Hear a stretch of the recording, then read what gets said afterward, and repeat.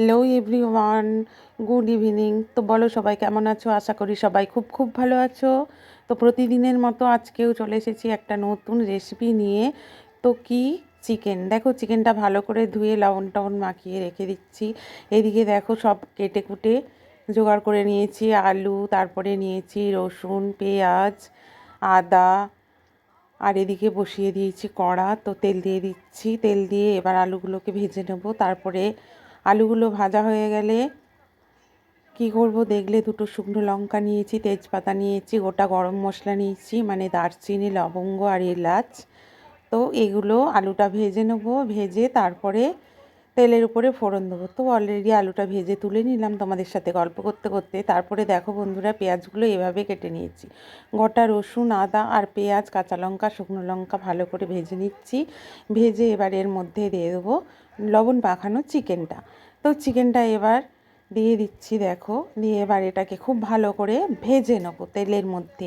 তো এদিকে রসুন, পেঁয়াজ, আদা, কাঁচা লঙ্কা, শুকনো লঙ্কা এটাও ভাজা হবে, আর মাংসটাও ভালো মতো করে ভাজা হয়ে যাবে। তো অলরেডি ভাজা হয়েই এসেছে। এবার আমি কি করব, মাংসটা আলাদা করব আর মশলাগুলো আলাদা করে নেবো, মানে পেঁয়াজ, রসুন, আদাটা। এবার এটাকে পেস্ট করে নেবো। তো দেখতেই পেলে তোমরা যে ভাজাগুলো একদিকে করে নিলাম, চিকেনটা একদিকে করে নিলাম। তারপরে একটা টমেটো নিয়েছি, টমেটোটাকে ওই যে তেল ছিল তেলের মধ্যে ভেজে মশলার সঙ্গে দিয়ে দেবো। এবার এটাকে ভালো করে পেস্ট করে নেবো।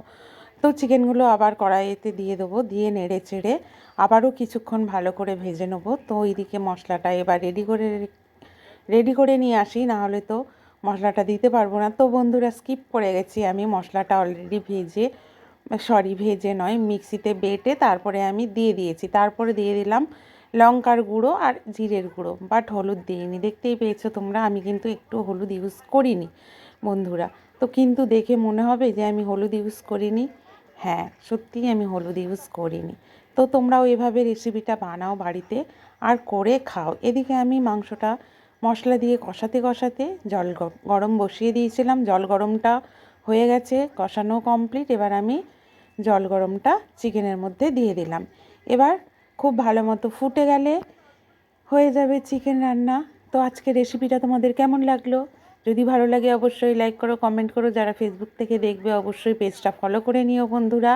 আর যারা ইউটিউব থেকে দেখবে তারা অবশ্যই সাবস্ক্রাইব করে পাশে থাকবে, দিদি বা বোন যাই বলো না কেন। তো চলো, নিত্য নতুন এরকম প্রতিদিন ভিডিও যদি তোমরা দেখতে চাও অবশ্যই বেশি বেশি করে কমেন্ট করো, লাইক করো, সাবস্ক্রাইব করো, আর ফলোয়ার্সটা ফলো করে দিও। টাটা।